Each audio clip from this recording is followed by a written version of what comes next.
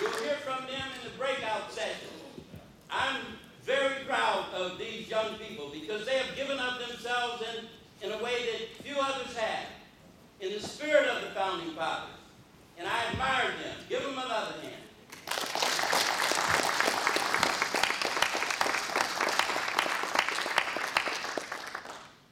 Now, President Reagan said he would never sign the King Holiday Bill.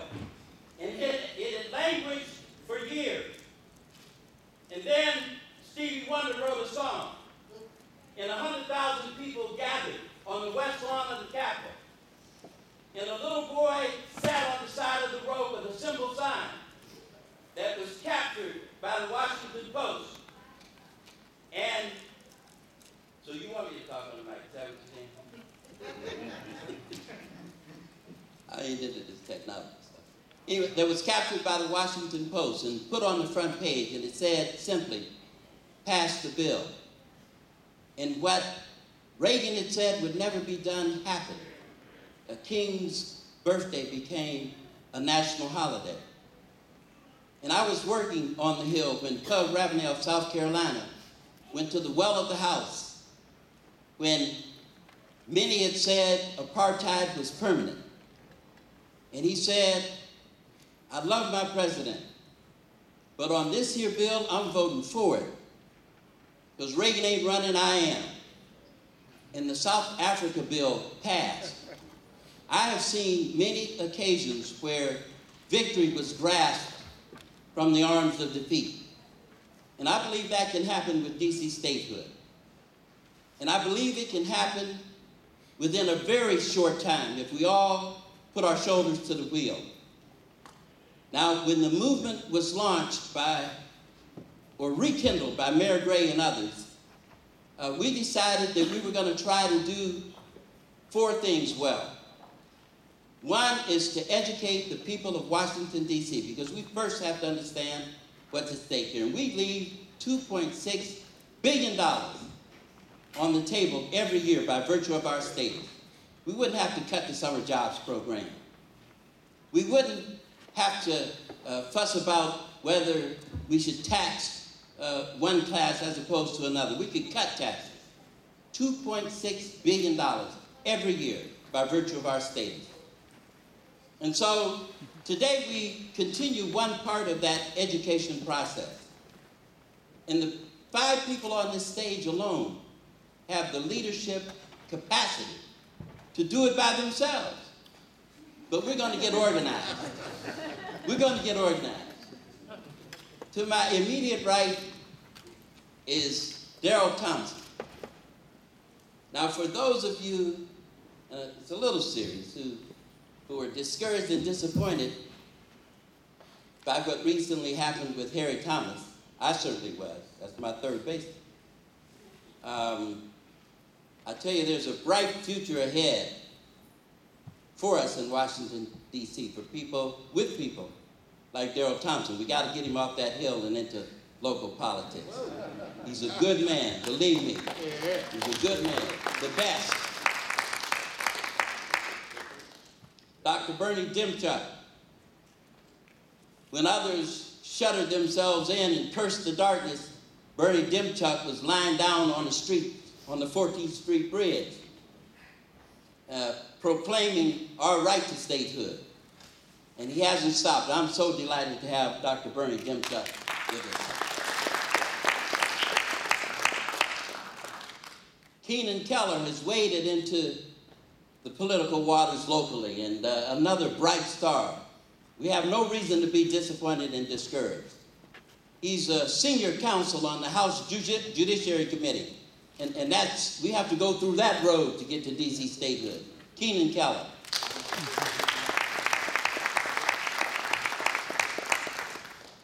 The Clarence Mitchell of our generation, and I say that seriously, Wade Henderson.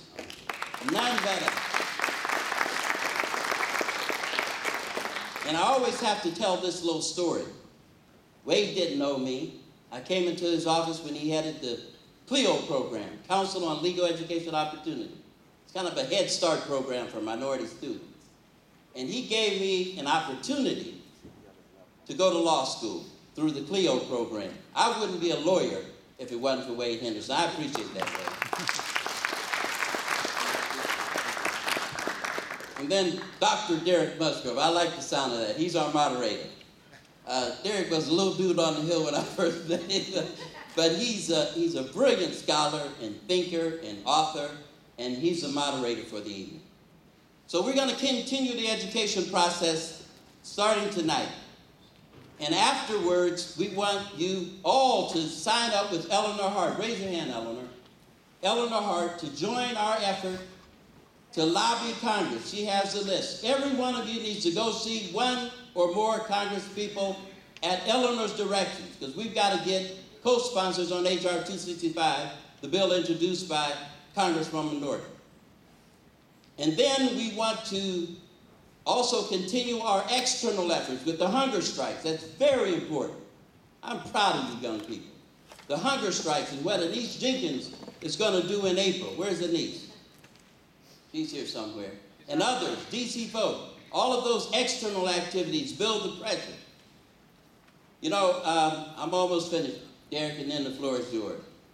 I was a combat engineer officer. And so I've studied war. My job back then was to build bridges and blow them up. I preferred to blow them up back then. Today I prefer to build bridges. I was a young man. I have clarity now. I don't like blowing up bridges no more. So I think, though, militarily, because law, war, and politics have the same elements. So our next operation will be in the courts. And believe you me, and Wilcox, I think we can win in the courts. And if you don't believe me, I'll send you a 250-page treatise that we worked on over the years that will explain the lawsuit we're going to file, and it's going to reverberate and resonate. So we have the education going, the lobbying going, and the litigation going. All of that is part of why we think, Wade Henderson, we've got a chance to make you a senator in our lifetime. Oh, please. That's the Clarence Mitchell. There are other people who will speak at the breakout sessions, but Greg Moore could have been up. Look, if Greg Moore stand up, let the people see. Greg Moore could have been up there. We have a motor voter bill. You know, people say you'll never get a motor voter bill. We have a motor voter bill because Greg Moore, when he worked for Congressman Conyers, helped get that bill passed. Great guy. Charlie Cassell, I would be remiss, and I'm almost done, Derek.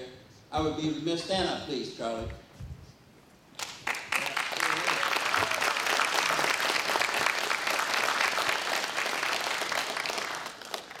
Charlie Cassell is the founding father of DC statehood, and he deserves all of our respect. Give him another hand. The founding father of DC statehood. Thank you all for coming.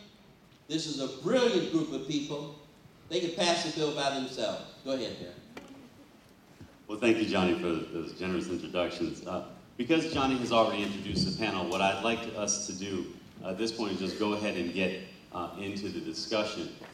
As Johnny mentioned, we're going to have breakouts after this, and so what I'm hoping that we can do here is bounce around some ideas from some folks who have had some wonderful experience with pushing difficult to pass legislation in the past, and try to apply those lessons to issues of statehood. Then head into the breakout and try to make those ideas a bit more concrete, and also get folks signed on to lobby for legislation that's currently before Congress to make DC a state. So with that, what I'm going to do is let the panelists have opening statements. We're going to go through a couple of questions. We'll then take questions from the audience, have closing remarks, and then go into the breakouts. And so let me just begin with the question that's going to frame the panelists' opening statements. What strategies have you used to influence Congress that you believe can be applied by the statehood movement today? And please explain what those strategies would look like if they were applied by the statehood movement today. Try to flesh out any of the nuts and bolts that you can. And we will begin, if the other panelists don't mind, with Wade Henderson. Good evening, Derek, thank you.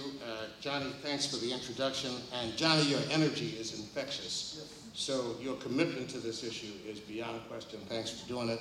I want to thank the audience. This is a Saturday evening. You could be a lot of different places. The fact that you're here sort of speaks of your commitment to the issue, and I think it's worth noting that the audience is filling up. I thought this would be a smaller turnout. I'm pleased to see that it isn't. I want to acknowledge the hunger strikers. You guys have done a significant step on the human rights framing of this issue, and I thank you for doing it. It's an outgrowth. It's an outgrowth of the energy of the Occupy movement and a lot of the changes that are taking place. It's worth noting. Thanks for doing what you've done. Let me just establish a couple of bona fides, and then I'll make a few recommendations. I am from DC. I was born and raised here. I went to high school at McKinley Tech. I went to Howard undergraduate school. My law school work was at Rutgers. But I live in my neighborhood. I live in the Bloomingdale-LaJoy Park area. I've had a house there for 30 years. I'm committed to staying in DC because I believe that those of us who are born here, those of us who choose to be here, have every right to symbolize the best of what this government is about.